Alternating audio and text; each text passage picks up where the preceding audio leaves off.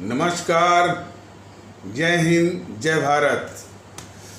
भारतीय अवाम ताकत दल अपने भारतीय भाई बहनों अर्थात अपने देश भारत की जनता अर्थात अपनी भारतीय अवाम से भारतीयता आधारित आपसी श्रद्धा, भारतीयता आधारित आपसी स्नेह, भारतीयता आधारित आपसी प्रेम, भारतीयता आधारित आपसी अखलाक मोहब्बत, भारतीयता आधारित आपसी सहयोग, भारतीयता आधारित आपसी सम्मान, भारतीयता आधारित आपसी एकता, भारतीयता आधारित आपसी भाईचारा तथा भारतीयता आधारित आपसी सद्भाव को समझने और उसे आत्मसात करके वैसा ही और उसी अनुसार आचरण एवं व्यवहार करने हेतु और इसके समस्त भारत में प्रचार प्रसार करने हेतु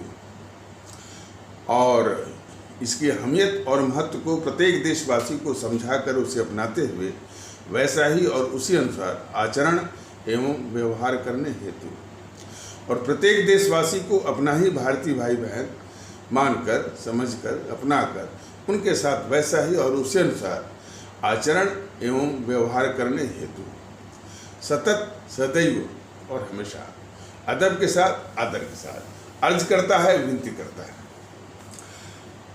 कुछ सुखद समाचार हम अपने सभी आदरणीय भारतीय भाई बहनों के साथ साझा करना चाहेंगे।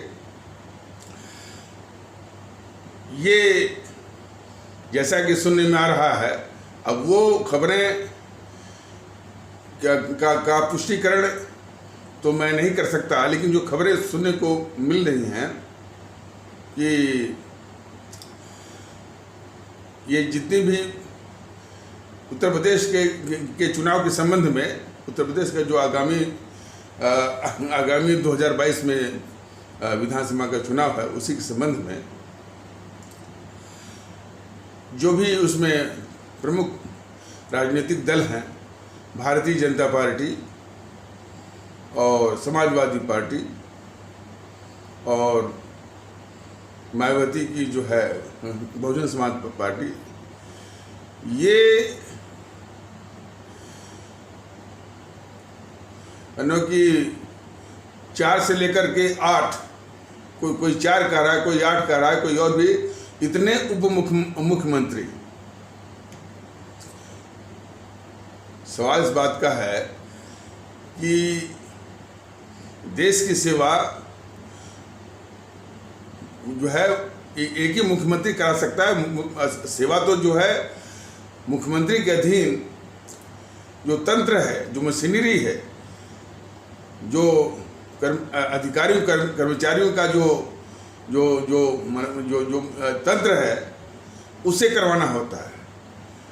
और इतने उप मुख्यमंत्री और इतने उप मुख्यमंत्री तो सिर्फ जो है अपना जो है वो एक जिसको कि ये सब राजनीति करते हैं, इस स्वार्थ की गणित का तिकड़म होता है। और दूजे ये है कि कुछ इस रूप में भी है कि जो कि ज़्यादा महत्वपूर्ण है कि जिन राजनीतिक दलों के पास जनता और अपनी जनता को देने के लिए स्वस्थ रूप से शासन प्रशासन के माध्यम से, अपने शासन प्रशासन के माध्यम से स्वस्थ रूप से देने के लिए कुछ नहीं होता है, वही इस प्रकार की जो है वो रेवड़ीबाजी, लालीपाप, झुंझुना और इस तरह के वो हरकतें करते रहते हैं, इस तरह की साजिशें करते रहते हैं। ये सभी अपने आदरणीय भारतीय भाई बहनों को स्पष्ट रूप से जानना जरूरी है। भारतीय अवाम ताकत दल तो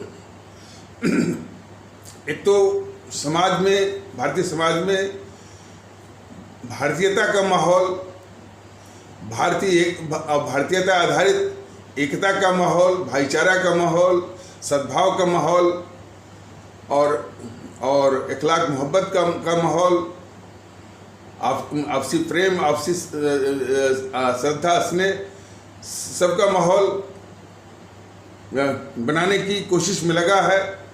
सभी अपने आदरणीय भारतीय भाई बहनों से निवेदन भी कर रहा है। हमारे आदरणीय भारतीय भाई बहन इसमें शरीक भी हो रहे हैं।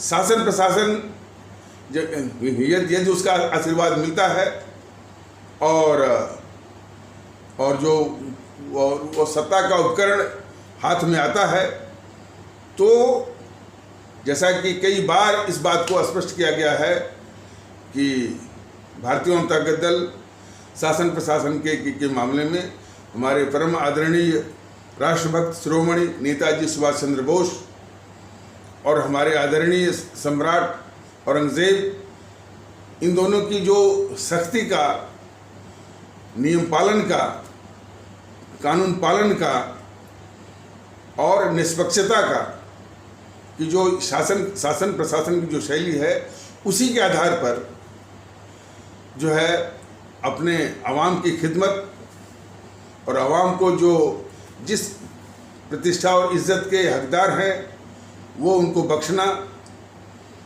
और उनको हर तरह से उनकी इज्जत का, प्रतिष्ठा की सुरक्षा सुनिश्चित करना, ये सारा कुछ उसमें शामिल है। उसको विस्तार से बताने की आवश्यकता नहीं है। जैसे कि कभी कभी YouTube के माध्यम से दिखाया जाता है कि वो हमारे भारतीय भाई बहन कहते हैं कि किसानों का कि उनको जो गन्ने का मूल्य नहीं मिला है, खरीद का मूल्य नहीं मिलता है, तमाम बिचौलिए आ जाते हैं, बिचौलिए वो खरीद लेते हैं। इन सारी समस्याओं से भारतीय जनता दल अच्छी तरह अवगत है। बिचौलियों मैंने इसी तरह से जो बिचौलियों की जो भूमिका है वो जो है जो उनको खरीद का मूल्य मिलना चाहिए, वो आकर के उसमें बहुत बड़ी बाधा उपस्थित करते हैं और उनको उन फायदों से, उन लाभों से उनको वंचित करते हैं। ये मालूम है उसको दूर करेगा भारतीय जनता दल। देखिए, नमूने के तौर पर सारी चीज़ें जो है YouTube के माध्यम से विस्तार से बताना मुमकिन नहीं होता है, और नमूने के तौर पर ये मालूम है कि वो बिचौलिए जो है अधिकारियों से मिलकर के, खास करके FCI food corporation of India के अधिकारियों से मिलकर के, कि उनके यहाँ गोडाउन नहीं है, वो नहीं है, और जो है चीज़ों को जो है वो मैनिपुलेट करते हैं। और हमारे जो किसान भाई हैं, किसान भारतीय भाई बहन हैं, वो इन्हीं बिचौलियों को कम दाम पर जो निर्धारित माने मूल्य रहता है उसे कम दामों पर बेचने को मजबूर हो जाते हैं। इसी तरह की यानी वो तमाम समस्याएं हैं। इसी तरह से रोजगार, अब रोजगार की भी बात आती है। तो रोजगार में ये बताया गया था। देखिए, मैं फिर कह दे रहा हूँ कि सारा कुछ विस्तार से और हर एक जो है वो इस YouTube के माध्यम से बताना मुमकिन नहीं है, लेकिन नमूने के तौर पर रोजगार एक जो है बहुत बड़ी समस्या है। लेकिन रोजगार में जो दो उसके अवयव हैं, जो उसके कंपोनेंट हैं, इस पर भी विचार कर लेना बहुत आवश्यक है। जो बेरोजगार जो दो तरह की बेरोजगारी है। एक तो जिनकी नौकरी थी कंपनियों के, मैंने जो इस कोरोना काल में यानी कंपनियों के बंद होने से उनकी नौकरी चली गई है, तो वो भी हो गए हैं बेरोजगार। और एक जो पहले से थे बेरोजगार, उनकी भी समस्या। तो जो पहले से जो पहले से बेरोजगार थे, उनमें दो तरह के उसके भाग हैं। दो तरह के हिस्से हैं, इस पर भी बहुत गंभीरता से विचार कर लेना जरूरी है। उसमें इनमें स्किल की बहुत कमी है।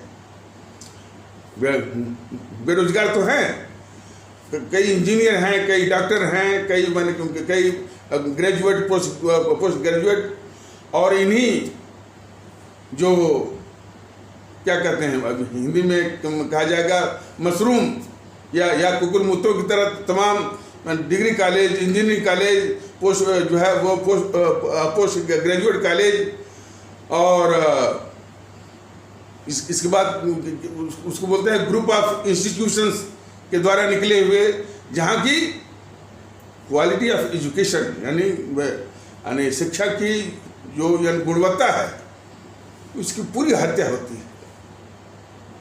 तो उससे निकले हुए हमारे छात्र जो है, हमारे जो बच्चे हैं, उनमें क्वालिटी ऑफ एजुकेशन का बहुत बड़ा संकट है।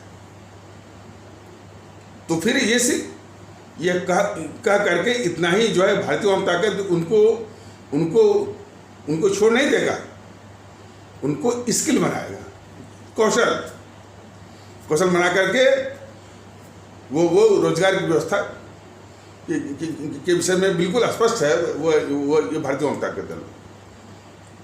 और ये नहीं कि कोई इंजीनियर हो गया, कोई ग्रेजुएट हो गया, कोई पोस्ट ग्रेजुएट हो गया, तो उसको उसी अनुसार वो मिलेगा। जितना उसका कौशल रहेगा उसके अनुसार, और कौशल और उस कौशल को विकसित करेगा, और कौशल का आधार और जो उनमें कौशल आ जाएगा तो सरकार की भी जो व्यवस्था है और जो प्राइवेट कंपनियां हैं, दोनों उसको वो रोजगार देने में बिल्कुल आगे आएंगी। तो ये उसका एक व्यवहारिक जो है वो है। और दूसरा जो शिक्षा का जो व्यापारीकरण है, कमर्शलाइजेशन ऑफ एजुकेशन, ये सबसे बड़ा अभिशाप है। इसको भी भारतीय आवाम ताकत दल दूर करेगा। तो ये नमूने के तौर पर ये बोला जा रहा है। तो बेरोजगारी भी। अब रही बात है जो कंपनियां बंद हो गई, जिससे कि नौकरियां चली गई हैं, और उससे हमारे कुछ भारतीय भाई बहन बेरोजगार हो गए हैं। इसका सीधा उसका समाधान है कि यदि हमारे परम आदरणीय राष्ट्रभक्त शिरोमणि नेताजी सुभाष चंद्र बोस और आदरणीय सम्राट औरंगजेब की पद्धति के अनुसार सख्ती, अनुशासन, निष्पक्षता, शासन प्रशासन हो, तो कोरोना न तो भारत में आ सकता है और न तो फैल सकता है, न तो कोई कंपनी बंद होगी, और न कोई आर्थिक गतिविधि बंद होगी। तो उसी आधार पर जो है बिल्कुल वो कोरोना पर जो है वो काबू पाएगा। सारी कंपनियां जो बंद हो गई हैं वो वापस रूप से जो है वो कार्यरत हो जाएंगी, और जो लोग माने कंपनियों के बंद होने से बेरोजगार हो गए हैं वो वापस भी हो जाएंगे। लेकिन यह जो पार्टियां हैं, खास करके भारतीय जनता पार्टी, जीएनपीसी, गांधी नेहरू परिवार चंद्रा चौकड़ी, ये वाम दल वाले, समाजवादी पार्टी, बहुजन समाज पार्टी, टीएमसी, आरजेडी, जेडीयू, जेडीएस, शिवसेना, अकाली, एनसीपी, इनके जहन में हमारे परम आदरणीय राष्ट्रभक्त शिरोमणि नेताजी सुभाष चंद्र बोस की जो शासन शैली है, सख्ती और अनुशासन का, हमारे आदरणीय सम्राट औरंगजेब की जो उनका सख्ती का, अनुशासन का, नियम पालन का, कानून पालन का जो शैली है, शायद इनके जहन में या इनकी खोपड़ी में आएगा भी नहीं, और इसकी वो बात भी नहीं करते। अब भारतीय जनता का दल बिल्कुल स्पष्ट है कि यदि अपनी आवाम की खिदमत करना है, अपने गरीब और मजलूम भारतीय भाई बहनों की खिदमत करना है, और उनको इज्जत और प्रतिष्ठा भारतीय नागरिक की यदि बख्शना है, तो ये मॉडल जो है बहुत आवश्यक है। तो ये तो मैंने नमूने की तौर पर बताया कि सारी समस्याओं का समाधान भी है और उनको वो माहौल और वो वातावरण उनको मुहैया वो वातावरण और वो माहौल भारतीय जनता दल मुहैया कराएगा जिसमें प्रत्येक भारतीय भाई बहन और ख़ास करके गरीब आर्थिक रूप से वो भी महसूस करें कि हाँ भाई, यह देश, यह व्यवस्था हमारे लिए भी है। ये एहसास दिलाना बहुत ज़रूरी है। हम आर्थिक रूप से कमज़ोर जरूर हैं, लेकिन व्यवस्था जो है वो व्यवस्था जो मेरे लिए है सब कुछ। तो इस तरह तो इन विचारों में भारतीय जनता दल पूरा यकीन रखती है। अब इसको कैसे किया जाएगा, ये सारा कुछ जो है जिसको कहते हैं ब्लूप्रिंट जो है भारतीय जनता दल के बिल्कुल विचारों में स्पष्ट है।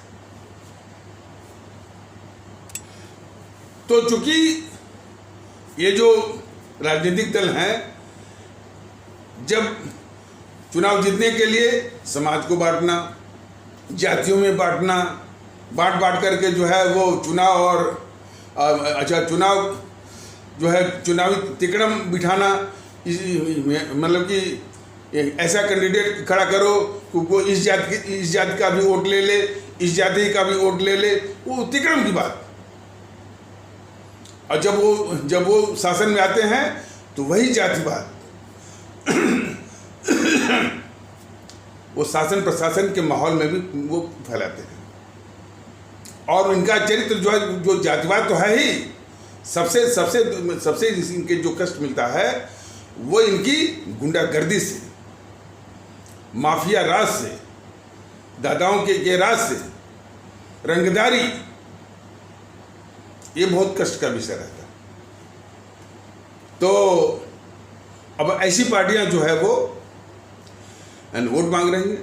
और सबसे बड़ी बात है कि हमारा जो देश आज़ाद हुआ, हमारे देश का संविधान लगा, बाबा साहब ने कहा कि जाति विहीन समाज होना चाहिए और होना भी चाहिए, बिल्कुल। उनका जो आदेश है, जो उनकी परिकल्पना है, जाति विहीन समाज होना ही चाहिए। इसीलिए हमारी एक ही जाति है कि हम भारतीय हैं। और संविधान का आदेश भी कहता है कि हम भारत के लोग हैं। तो ये सारी शक्तियां जो राजनीतिक दलों के वेश में है या उनके जितने सुबह सालार हैं वो सिखा रहे हैं कि नहीं, हम भारतीय नहीं हैं, हम तो हिंदू हैं, गर्व से कहो हम हिंदू हैं। तो सभी वो तो बाकी सभी यानी कहना शुरू कर देते हैं कि गर्व से कहो हम मुस्लिम हैं, गर्व से कहो हम ईसाई हैं, गर्व से कहो हम जो है सिख हैं। वो भी कहना चाहिए। वो ये सिखा रहे हैं कि भाई आप भारतीय नहीं हैं, आप जो है आप ठाकुर हैं, क्षत्रिय हैं, बिल्कुल। हम ब्राह्मण हैं, चुरकी वाले वो ब्राह्मण हैं। ये सारी गंदगी जो है ये राजनीतिक पार्टियां अब तक सिखाई हैं हमारे आदरणीय भारतीय भाई बहनों को। उनके इस जहरीले दुष्प्रचार में, इस जाल में आप लोग कदाप मत आइए। हमारा ये राष्ट्र जो है वो भारतवर्ष राष्ट्र है।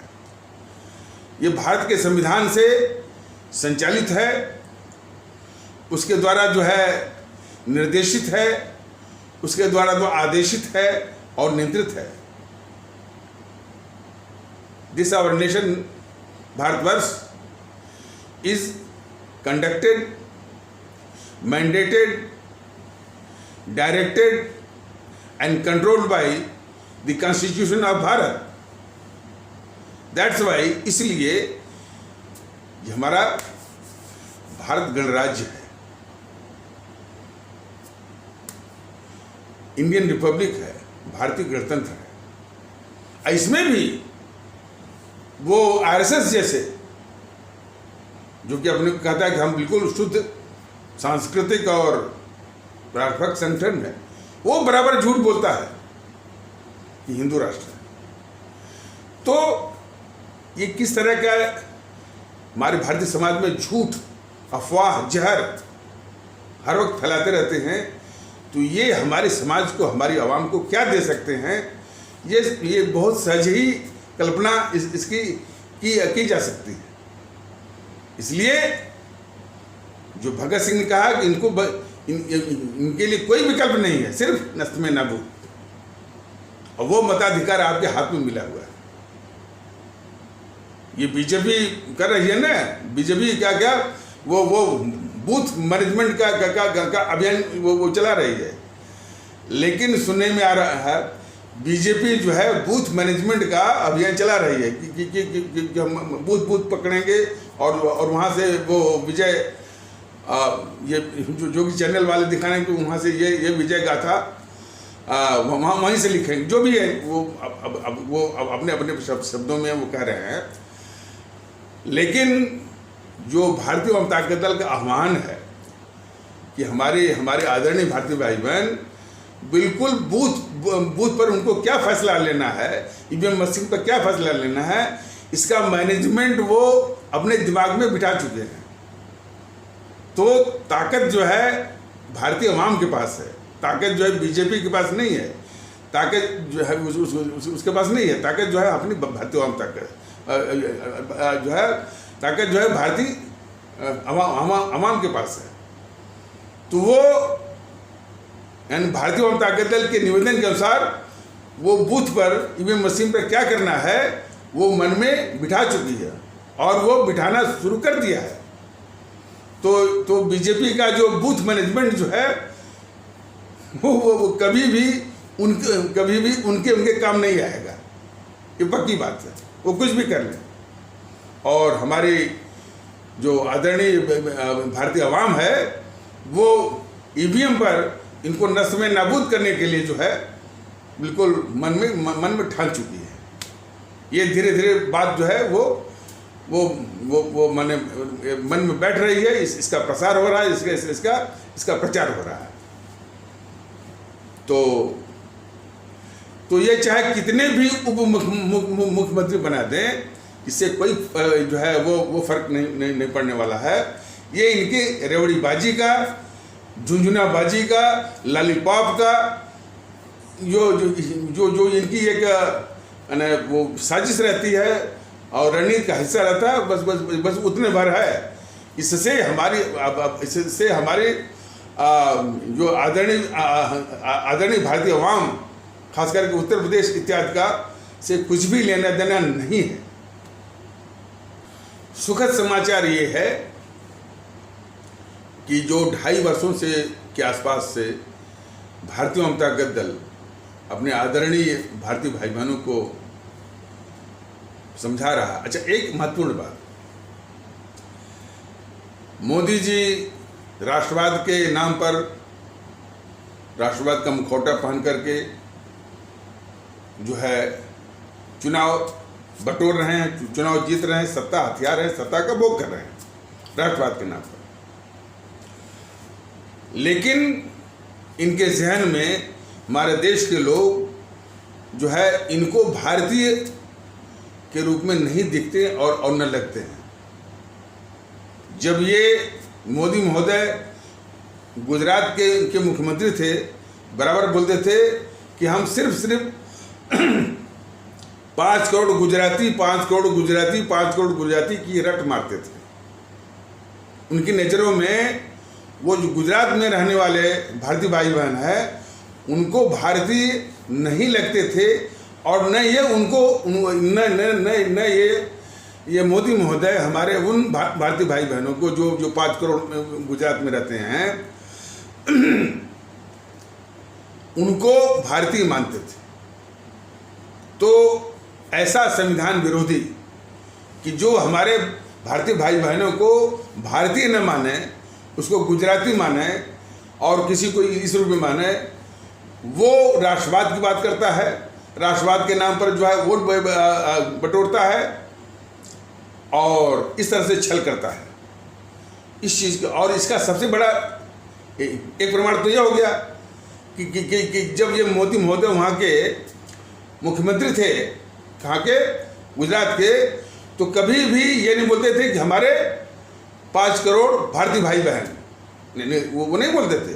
क्या बोलते थे? 5 करोड़ गुजराती, 5 करोड़ गुजराती, 5 करोड़ गुजराती। तो कभी भी हमारे उन भारतीय भाई बहनों में, मतलब कि गुजरात में रहने वाले भारतीय भाई बहनों को ये मोदी महोदय कभी भी उनको भारतीय नहीं समझे, और न कभी न कभी भारतीयता के दृष्टिकोण से देखा और समझा, और ने नीतियां बनाई। और दूसरा प्रमाण कि ये हमारे देशवासियों को भारतीय नहीं मानते हैं, उसका सबसे बड़ा ये प्रमाण है कि जब भी वो संबोधन करते हैं, बोलते हैं भारतीय भाई बहनों, नहीं, वो ये बोलते हैं हमारे भाई बहनों, भाइयों और बहनों, यही बोलते हैं, भाइयों और बहनों, यही बोलते हैं।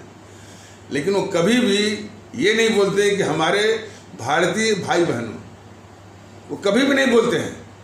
शायद माने ये भारतीय जनता दल की आशंका है कि जब ये भारतीयता का माहौल आगे बढ़ रहा है, तो शायद ये नकल करने के चक्कर में या उसके अंधेपन में वो जो बोलते हैं कि हमारे जो कि बोलते हैं कि भाइयों और बहनों, तो उसमें शायद ये भारतीय शब्द वो लगा लें, यानी भारतीयता की मुहिम के मुद्दों को चुराने के चक्कर में हो सकता है, या ये भारतीय जनता दल की आशंका है कि जो वो संबोधित करते हैं कि भाइयों और बहनों, तो उसमें भारतीय शब्द उसमें जोड़ करके कि भारतीय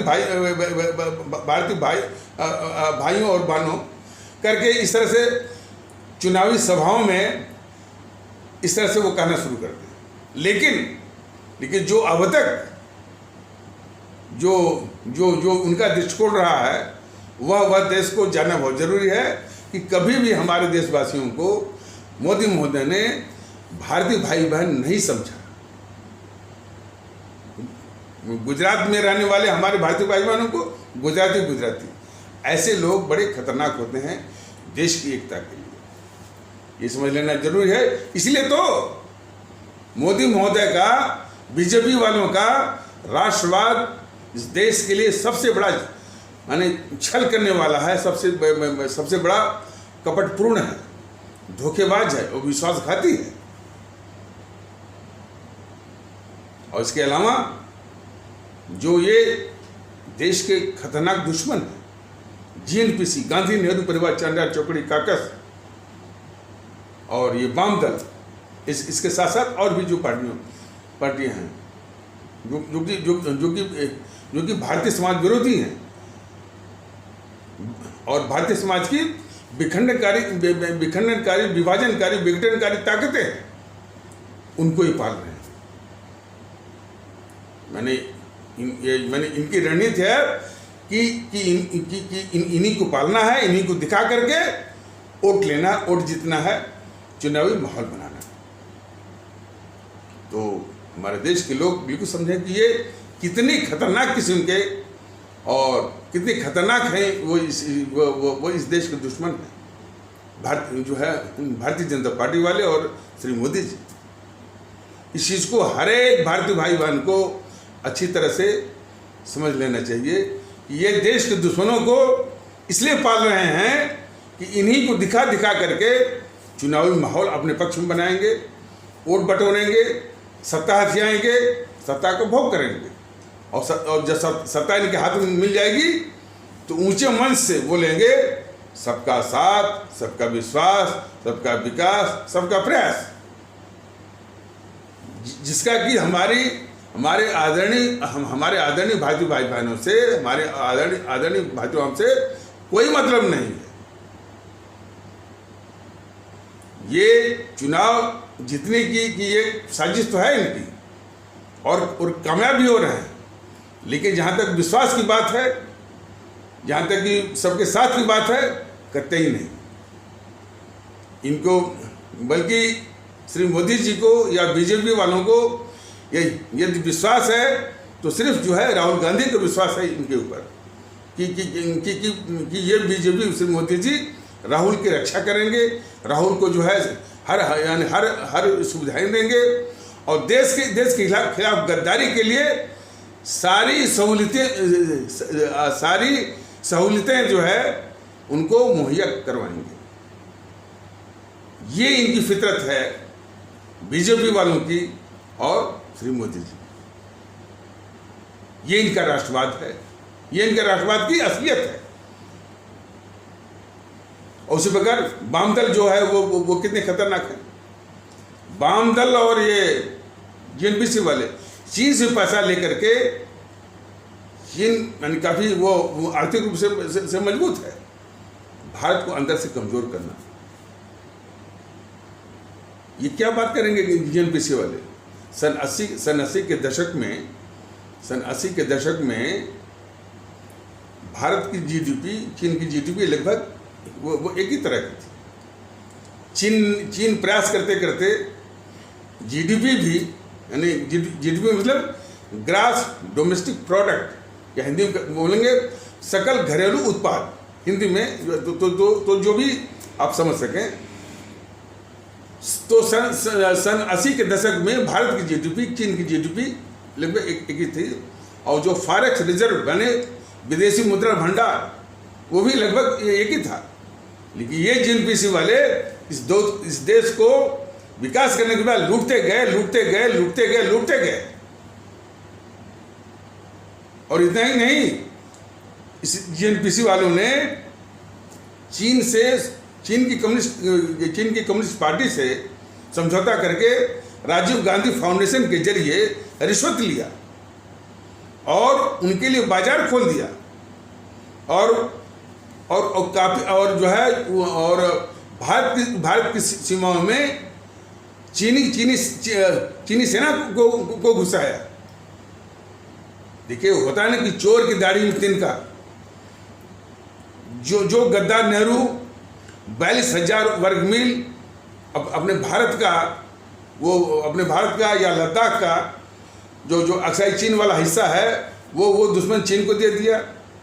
इन सबों ने सीमा पर यानी कोई सड़क नहीं बनाई, चीन को 10-12 हजार वर्ग मील यानी और घुसाया। वो आज उल्टा चोर कोतवाल को डांटे। ये कहावत है ना कि उल्टा चोर कोतवाल को डांटे। उस कहावत को भी काफी बौना करते हुए ये उल्टे जो है यानी मोदी जी के ऊपर, मोदी सरकार पर आरोप लगाता है कि चीन घुस गया, चीन यहाँ घुसा, और जो है मोदी जी कुछ नहीं कर रहे। मोदी जी या बीजेपी वाले इतने नैतिक रूप से उनके आगे डाउन है, इतना हीन है कि जवाब नहीं दे पाते हैं कि भाई तुम्हारे बाप के नाना ने जो है 42,000 वर्ग मील जो है वो दे चुके हैं। तुमने कोई सीमा पर सड़क तुमने सीमा पर इसलिए सड़क नहीं बनाई ताकि चीन जो है हमारे क्षेत्र में घुसता जाए, और तुमने चीन से पैसा लेकर के जो है वो भारत का बाजार चीन के लिए खोल दिया, और जो है सीमाओं पर कोई सड़क नहीं बनाई ताकि चीन हमारे क्षेत्र को कब्जा करता जाए और यहाँ घुसता जाए। तो ये कभी भी बीजेपी वाले इतने नैतिक रूप से माने इन गद्दारों के आगे नैतिक रूप से बिल्कुल गिरे रहते थे। और क्यों गिरे रहते हैं? आरएसएस के आदेश पर, ताकि देश जो है वो बीजेपी को ही दोषी माने, और जो जेएनपीसी जो कह रहा है उसको सही माने और सच्ची माने, जबकि वो इस देश के सबसे बड़े अभिशाप हैं, सबसे बड़े झूठ बोलने वाले, और इस देश को लूटने वाले, और देश के हर तकलीफों की जड़ में हो। तो इस वीडियो की शुरुआत में बोला गया था कि एक हर्ष का विषय है जो कि हम नहीं कह पाए थे। अब ये बताना आवश्यक है कि करीब 2.5 साल से भारतीय जनता दल अपने आदरणीय भारतीय भाई बहनों को ये बता रहा है कि देश का विभाजन, अब देखिए, अब ये देश के विभाजन के विषय में जब भारतीय जनता दल बता रहा है, तब ये नकली रूप में नकल करके ये बीजेपी वाले विभाजन विभीषिका चलाने की बात कर रहे हैं। ये विभाजन विभीषिका का नाम तो लेंगे, लेकिन किसने देश को बंटवाया इसको फिर ढकेंगे। तो बता रहा था कि ये जो मोहनदास करमचंद गांधी और जवाहरलाल नेहरू, ये दो बड़े गद्दार हैं जिन्होंने सत्ता के नेहरू को ही सत्ता मिले, उस गद्दार जवाहरलाल नेहरू को ही सत्ता मिले, इसी साजिश के तहत जो है इस देश को बंटवाया। और उस संबंध में भारतीय जनता दल ने बताया था कि कांग्रेस ने खुद देश को बांटने का, देश को विभाजित करने का प्रस्ताव पास किया हुआ है। सवाल ये उठता है कि ये जो हकीकत है कि कांग्रेस ने खुद देश को बांटने का जो प्रस्ताव पास किया हुआ है, इस सच्चाई को कांग्रेस ने क्यों छुपाया? अब उसी संबंध में 16 जुलाई शायद है, 16 जुलाई 1947, जरा तारीख आप लोग तारीख पर ख्याल करिए। 16 जुलाई 1947 में हिंदुस्तान एक अखबार है, उसकी कटिंग जो है सोशल मीडिया पर सर्कुलेट हो रही है कि कांग्रेस ने जो है कांग्रेस ने देश को बांटने का प्रस्ताव पारित किया।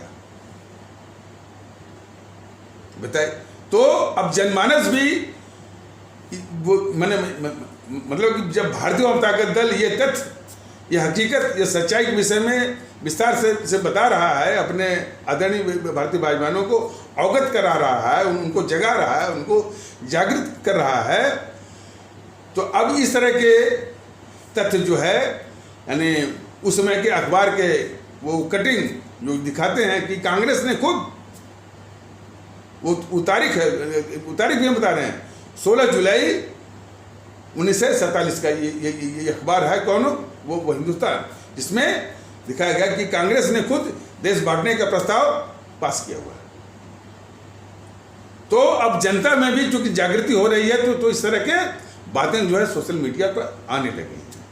ये है तो जब भारतीय जनता दल ने इसकी सच्चाई को देश को बांटने वाले ये कांग्रेस ही नहीं, पूरी कांग्रेस नहीं थी, यही दोनों गद्दार थे, मोहनदास करमचंद गांधी और जवाहरलाल नेहरू। तो मोहनदास करमचंद गांधी तो पीछे था, वो उसके बाद साजिश ये थी कि नेहरू को ही सत्ता मिले, लेकिन देश को बांटने का असल जिम्मेदार जो है वो नेहरू है। तो अब देश, कहानी का तात्पर्य है कि देश में जागृति अब इस कदर आ रही है कि लोग जो है पुराने अखबार की कटिंग जो कि इस बात को दिखाते हैं कि कांग्रेस ने खुद यानी देश विभाजन का प्रस्ताव पास किया हुआ है। अब सवाल ये उठता है कि प्रत्येक देशवासी, प्रत्येक हमारे आदरणीय भारतीय भाई बहन इस जीएनपीसी से, गांधी नेहरू परिवार चंद्रा चौकड़ी के हर एक नेता से, हर एक उसके कार्यकर्ता से, हर एक उसके पदाधिकारी से, और विशेषकर इस राहुल गांधी से पूछें कि जब कांग्रेस ने खुद इस देश को बांटा है तो कैसे जो है दूसरों पर इसके देश बांटने का इल्जाम जो है दूसरों के ऊपर तुम जो है मढ़ रहे हो और उड़ा रहे हो, उड़ाते हैं ना। ये कभी अक्सर बोलते हैं जिन्ना को, मोहम्मद अली जिन्ना के ऊपर या मुस्लिम लीग के ऊपर, कभी कभी सावरकर के ऊपर, कभी कभी विश्व हिंदू परिषद के ऊपर, कभी कभी आरएसएस के ऊपर, ये 5 लोगों के ऊपर। सबसे पहले जिन्ना या मुस्लिम लीग, और ये भी विषय था कि जिन्ना और मुस्लिम लीग पर ये तीनों एक साथ में, बीजेपी वाले भी, आरएसएस वाले भी और जेएनपीसी वाले भी, किस पर? मुस्लिम लीग और जिन्ना के ऊपर। लेकिन वो सब ये भी आरोप लगाते हैं कि टू नेशन थियरी इत्यादि के द्वारा जो है वो आरएसएस भी करती थी, सावरकर भी करता था, सावरकर भी करते थे, और जो है विश्व हिंदू परिषद भी करता था। तब ये बीजेपी और आरएसएस वाले उनसे जो है वो छिटक जाते हैं, अलग हो जाते हैं। लेकिन मुस्लिम लीग और जिन्ना, जो कि वो भी झूठा है, झूठे सभी हैं। ना तो मुस्लिम लीग ने, ना तो मोहम्मद अली जिन्ना ने, ना तो विश्व हिंदू परिषद ने, ना तो आरएसएस ने, ना तो सावरकर ने, किसी की भी भूमिका देश बांटने में नहीं है। ये सिर्फ जो है कांग्रेस और कांग्रेस के ये दोनों खतरनाक गद्दार और बहुत घोर गद्दार, जवाहरलाल नेहरू और मोहनदास करमचंद गांधी, यही लोग। और यह भी समझ लेने की आवश्यकता है, हाँ, तो ये देश के लोग पूछें उससे, देश के, और शायद काफ़ी मैंने जीएनपीसी के काफ़ी नेता भारतीय जनता दल के पदाधिकारी को काफ़ी धमकियाँ देते हैं, गालियाँ देते हैं, लेकिन वो भूल जाते हैं कि ये सारे तथ्य जब हमारे सभी आदरणीय भारतीय भाई बहन जान जाएंगे, उनमें जागरूकता आ जाएगी और हर तथ्यों से अवगत हो जाएंगे, तो ये निश्चित है कि वो वक्त आएगा, वो समय आएगा, वो दिन आएगा कि इनके मुंह में कालिक पोतेंगे कि तुम ही हो देश को बांटने वाले, तुम ही हो हमारे 25 से 30 लाख लोगों को मारने वाले, और तुम ही हो हमारे 3 करोड़ से ऊपर घरों को उजाड़ने वाले, तुम ही हो पाकिस्तान को बनाने वाले, तुम ही हो पाकिस्तान के द्वारा तालिबान को बनवाने वाले, तुम ही हो बांग्लादेश को बनवाने वाले, तुम ही हो बांग्लादेशियों को भारत में घुसाने वाले, तुम ही हो कश्मीर की समस्या। आप समझिए कि यदि देश न बटा होता तो कश्मीर की समस्या भी नहीं होती, कश्मीर की समस्या भी नहीं होती, तो आतंकवाद भी नहीं, यदि पाकिस्तान भी नहीं होता तो आतंकवाद भी नहीं होता। जो कश्मीर में अलगाववाद, आतंकवाद की जो समस्या है वो नहीं होती। और सबसे बड़ी बात, हमारे कश्मीरी पंडित कहे जाने वाले भारतीय भाई बहन जिस यातना के साथ, जिस अपमान के साथ अपने ही देश में, कश्मीर जो है वो भारत का ही अंग है, अपने देश में वहाँ से भगाए गए और देश के विभिन्न भागों में शरणार्थी की तरह, रिफ्यूजी की तरह रहने को मजबूर है। इस सबकी जड़ में कौन है? ये गद्दार जवाहरलाल नेहरू। इसके विषय में बीजेपी वाले एक शब्द नहीं बोलते हैं कि कश्मीर की समस्या की जड़ में नेहरू है।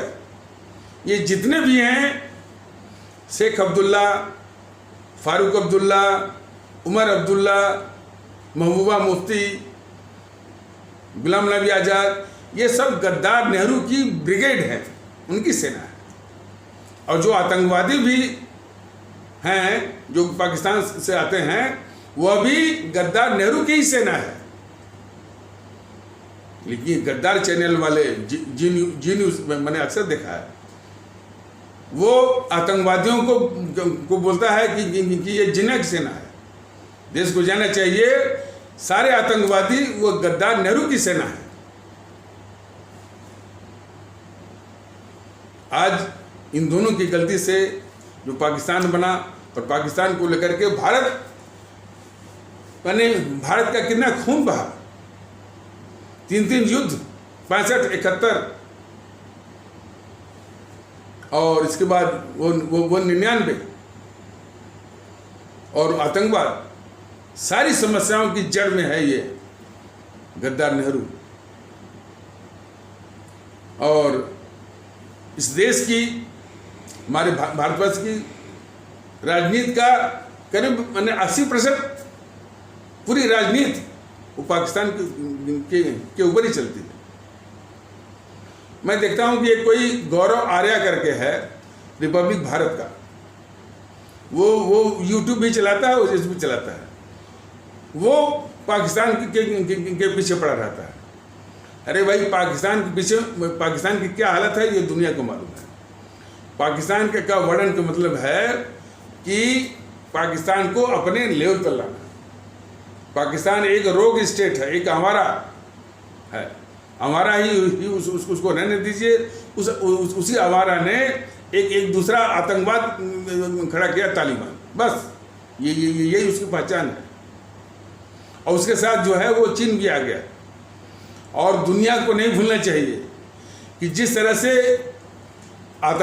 आतंकवाद को संगठित करके विश्व का सबसे खूंखार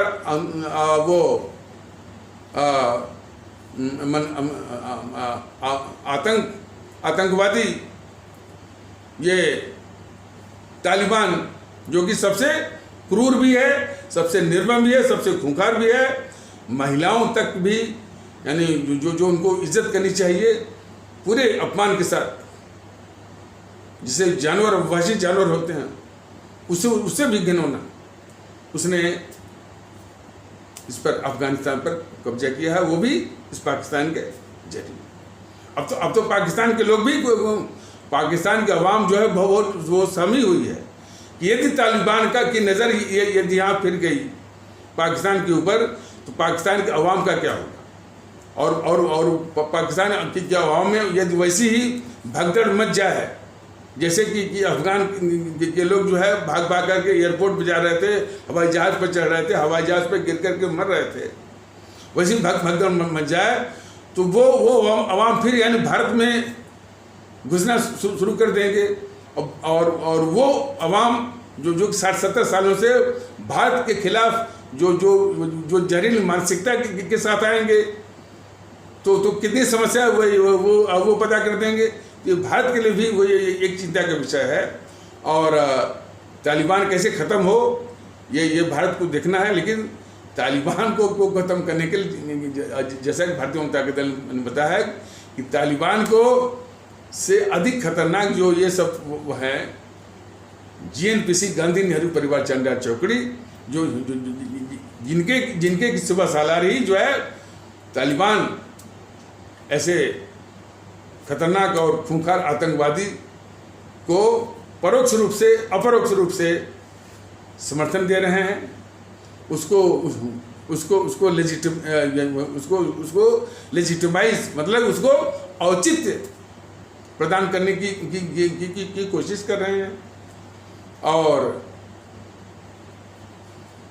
और हमारे खास करके इस्लाम आस्था वाले आदरणीय भारतीय भाई बहनों में कुछ ऐसे तत्वों को उकसा रहे हैं जो कि उस वासी और जानवर और वो जो है निर्मम और क्रूर आतंकवादी तालिबान में वो तत्व जो है, जिनको ये GNPC वाले और वामदल, GNPC वाले और वामदल तो उतना नहीं, GNPC वाले और समाजवादी पार्टी वाले ऐसे तत्वों को उकसा रहे हैं, उनको बढ़ावा दे रहे हैं, जो कि उस वासी जानवर, निर्मम क्रूर आतंकवादी तालिबान में वो इस्लाम देख रहे हैं। ये देखिए इन सबों की बदमाशी। इस्लाम एक महान पंथ है, बार बार ये बताया गया है। और ये भी एक निवेदन किया गया है और आगाह किया गया है कि किसी भी आतंकवाद से इस्लाम को मत जोड़िए। और उसी प्रकार उतना ही अपराध या उससे बढ़ के अपराध है जो कि हिंदू आतंकवाद की बात सब करते हैं।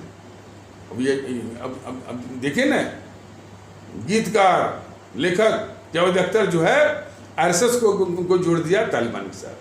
इसकी बुद्धि को क्या कहा जाए। भारतीय जनता दल प्रयास कर रहा है कि नहीं भाई, इस्लाम को ही मत, किसी भी आतंकवाद, किसी भी अपराध से मत जोड़िए। ये बहुत बड़ा अपराध होगा पूरी मानवता के लिए, पूरी दुनिया के लिए, खास करके हम और हमारे भारतीय समाज के लिए तो है ही सबसे पहले। ये इस संकट का सामना करने के लिए भारतीय जनता दल तो प्रयास कर ही रहा था, तब तक इसने उस आग में घी डाल दिया। इससे जावेद अख्तर ने वो जो है आरएसएस को भी जोड़ दिया तालिबान के साथ। तो ये सब के सब जो है जेएनपीसी के द्वारा पाले गए तत्व हैं, जो कि उस जानवर और आतंकवादी में इस्लाम में जो कि इतना महान पंथ है, इतना उदार पंथ है और भाईचारा का संदेश देने वाला पंथ है, उसको देख रहे हैं, उसमें उसको ढूंढ रहे हैं उसमें तालिबान। ये जबकि उस तालिबान से पाकिस्तान की अवाम जो है वो सहमी हुई है। पाकिस्तान की अवाम उस तालिबान से सहमी हुई है, क्योंकि यदि उसकी नज़र फिरी पाकिस्तान के ऊपर तो उनका क्या होगा। ऐसे तालिबान के अधीन में और ऐसे तालिबान में जेएनपीसी के द्वारा पाले गए कुछ तत्व, इस समाजवादी पार्टी के द्वारा पाले गए तत्व जो है उसमें इस्लाम खोजते फिर रहे हैं। ये दुख का विषय है। तो खैर कोई बात नहीं है, भारतीय जनता दल बराबर अपने आदरणीय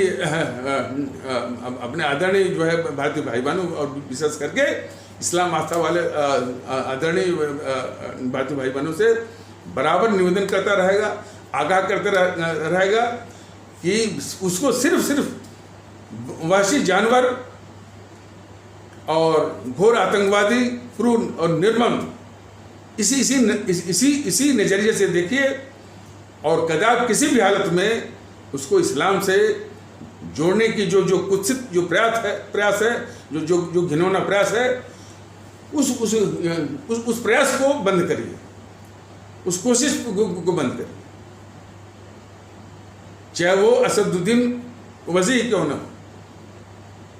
असदुद्दीन ओवैसी विषय में जो बताया गया कि थोड़ा बहुत मैंने कि ये समझा जा रहा था कि भाई ठीक है भाई, वो हमारे मुल्क के कुछ इस्लाम आस्था वाले भारतीय भाई बहनों के विषय में बोलता है, उनके पक्ष में बोलता है, और किसी तरह से थोड़ा या ज़्यादा वो भला करने की बात जो भी सोचता है, तो वहाँ तक तो गनीमत थी।